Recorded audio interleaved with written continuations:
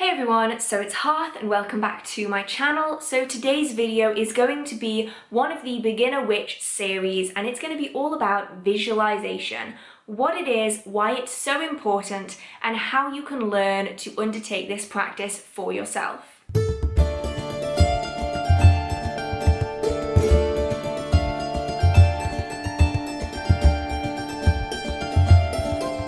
So this is going to be part of a series of videos going into the beginner practices that I would suggest every practitioner learn before they start undertaking spell work and ritual. So I am going to be breaking it down into different videos, going everywhere from meditation, visualization, energy sensing, energy manipulation, circle casting, grounding, and centering. So hopefully this will give you kind of a brief overview of the basic practices that I have found incredibly useful within my personal practice. And this series of practices is what I personally recommend to every single individual that is looking to study and practice successful magical workings, because I have found these things to be integral to really highly successful magical practice. So today's little video is going to be all about visualization. So first things first, what is visualization? Well, visualization is the ability to see something in the mind's eye, to be able to almost physically see something as though it was in front of you, as though it was already happening, as though it has already happened. It allows us to add an extra layer into spell work and ritual, to be able to see the desired outcome that we want to achieve as though it's already happened, to be able to see in the mind's eye the energy that we are manipulating, to be able to see what we are trying to achieve whilst undertaking spell work and ritual. It is the ability to see something as though it is already in front of us or ahead of us, and that is really, really important in spell work, because a lot of workings and a lot of workers actually suggest that you go into spell work thinking as though you've already achieved the outcome you're trying to achieve, and visualization is really, really key to this. So what is visualization used for? Well, it is used for everything I've just spoken about and a lot more. Visualization is actually used to center and ground. It is used in energy manipulation. It is used in circle casting. It's used in meditation, especially guided meditation. It's used in path walking and journeying. It's also used in spiritual workings, connecting to deities, connecting to spirits, as well as in spell work and ritual. So it has a huge plethora of uses within the magical world, and honestly it's one of those practices that I would suggest everyone become adept in as they go into magic, because it is so unbelievably useful. So how can you learn visualization? Well, guaranteed, almost everyone has visualized in their lives.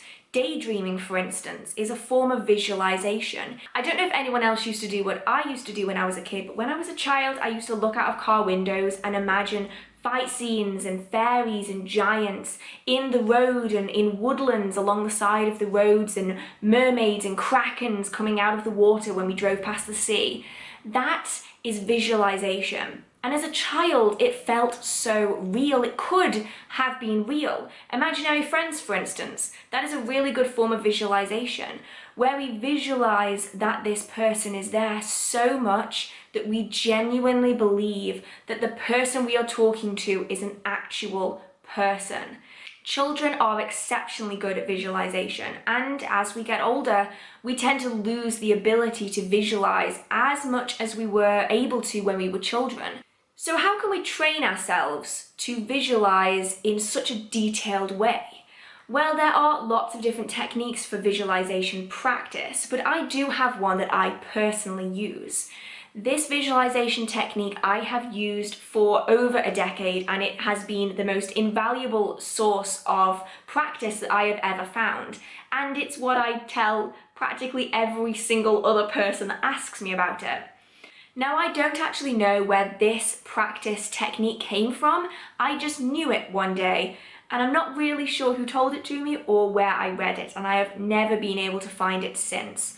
So if any of you know where this originally came from, please let me know, because I would love to find out more. Now, I'm just going to put a little disclaimer out there because I do think that it's really important to mention this, is that everyone is different when it comes to visualization. Some people are able to visualize really, really easily straight off the bat. Other people are going to struggle and need a little bit more practice than others. So please don't feel pressure to be able to visualize amazingly straight off the bat, because not everyone is going to be able to. For some people, it takes weeks, months of practice and training to be able to get themselves to a point where they're able to do the entirety of this practice technique that I'm going to show you. Now, this technique is a staged technique, and the idea of it is that you start at one end of the technique, and when you're able to do that one aspect, you then move on to the next stage. And once you're able to completely and fully visualize that on a regular basis, you then move on to the next stage, and so on and so on. Now, this technique goes from very, very basic to into more unusual forms of visualization that a lot of people tend to miss. So if you get stuck somewhere, please do not get disheartened. It's designed to be something that you repeat again and again to train your mind to be able to visualize almost completely as you go along the list of things or steps within this practice. So when it comes to practicing visualization, I would suggest that you go into a quiet, dimly lit room where you're able to focus your mind. When you get really adept at visualization, you'll likely be able to do it whenever and wherever you need to. Even if it's super loud and hectic and busy, you will still be able to do it. But if you are just learning visualization, it's really good to start in a room where you're able to completely focus on what you're doing. So I would turn off the TV, I would turn off music, I would make sure that there's no one interrupting you, that there's no loud noises and loud bangs. And I know that this can be difficult if you live in a busy household. But even just having some earbuds or something just to kind of dull out the interfering sounds, that would be really, really useful. So you need to sit ideally somewhere comfortable, because you could be choosing to do these visualization practices for reasonable amounts of time.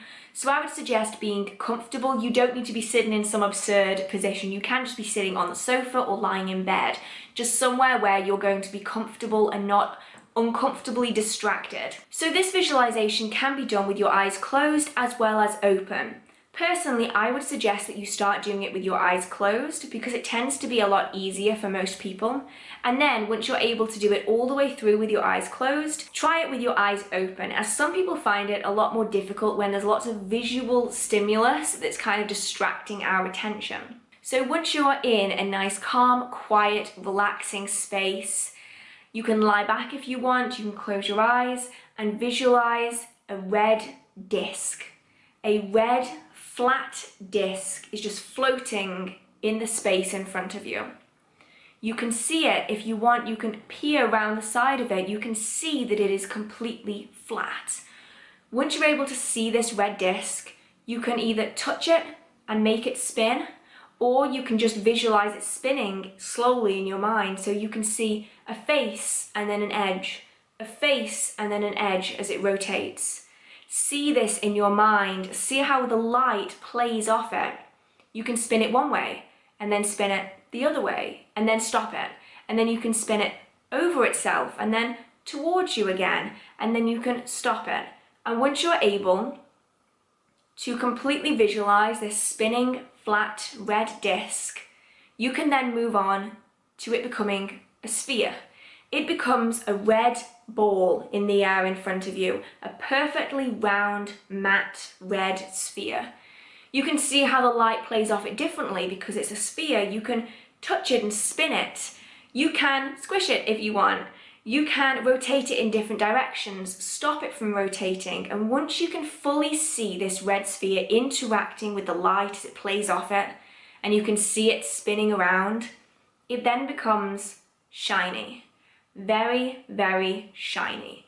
The light now plays off it differently. If you have your eyes open, you could potentially see reflections of items in the room within the sphere itself.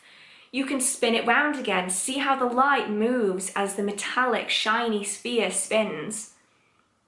And once you're able to see this metallic sphere, this very shiny red sphere spin round, it then becomes a shiny red apple. with a small brown stem and a leaf off the side of it.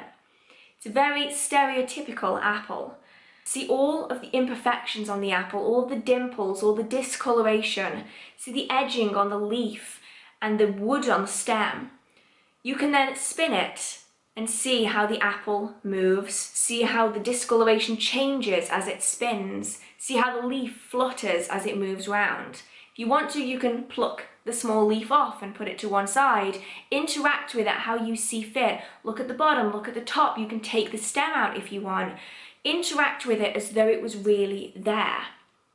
And then, once you visualized this whole beautiful apple, it breaks into small segments that fall down, and you can then see the inside of the apple, the white. You can then see the core. You can see a stem sticking off one of the segments if you haven't already taken it off. You can see the seeds inside the apple. If you want to, you can pick up a piece, look at it from all angles. You can see it as though it was really there. You can piece the apple back together again, make it whole, or if you want to play around with it, switch the segment so the apple now looks completely different when it's whole again. Make it whole, let it go, and allow the segments to fall again. And once you're able to do this, you can then turn that apple into apple juice inside a glass. You can see the apple juice. You can move the glass around and see how the apple juice shakes inside the glass. If you bring it towards yourself, you can smell that apple juice as though it was really in front of you. And once you can smell it, take a sip of it. See if you can taste that apple juice. See if you can enjoy the feeling of the apple juice even though it's not there. You get the sensation, the taste, and the smell all in one go. And once you're able to see, taste, and smell the apple, you can then open your eyes and try it all again with your eyes open. Now, believe me, not everyone is going to be able to do this all in one go. For some people, it takes multiple tries. Some people get stuck at a certain point and have to keep redoing it. And that is completely fine. But once you have got to the end of this sort of visualization practice, you can then take it a step further. You can turn it into a different fruit. A pineapple, an orange, a melon. You can do whatever you want with it. If you want to turn it into a watermelon or a lemon, you can do that and try it with different fruits. Try it with different foods. And then you can go into looking up different visualization techniques, different practices. Try just visualizing on your drive somewhere if you are a passenger, or if you have a spare moment, just sit on the sofa and just visualize something. I often like to visualize like little fairies dancing. Might just be me, but I kind of like staring into a candle flame and just imagining little fire fairies flickering inside. I could just be really weird, but that's what I like to do. And if you want to, you can then go and have a look at guided meditations. See how successful you are at visualizing everything that they are describing to you in this guided meditation. There are lots on YouTube if anyone is interested in doing that. And once you're able to undertake this detailed visualization, it is so useful for almost all magical practice that follows. And I would seriously recommend everyone, if you do struggle with visualization or you're finding that you're just not as good as it as you were before, to go back and just try practicing visualization again, because I've had to do that on many an occasion and it has been invaluable to the success of my magical practice. So I hope you guys enjoyed this video. I hope you found it helpful. If you did, feel free to give it a like. It really means so much to me. Lets me know that you enjoy the content on this channel. If you have any comments, questions, concerns, video ideas, or just want to chit chat with the community down in the comment section, feel free to post a comment. I do try to respond to absolutely everyone, even if it is just a little heart on your comment. I do try to get back to everyone. And if you enjoy the magical content in this video and on this channel, feel free to hit subscribe. I post new magical content every Wednesday and every Saturday at 6 p.m. So I hope you guys enjoyed this video. Thank you so much for watching, and I will see you in the next one. Bye!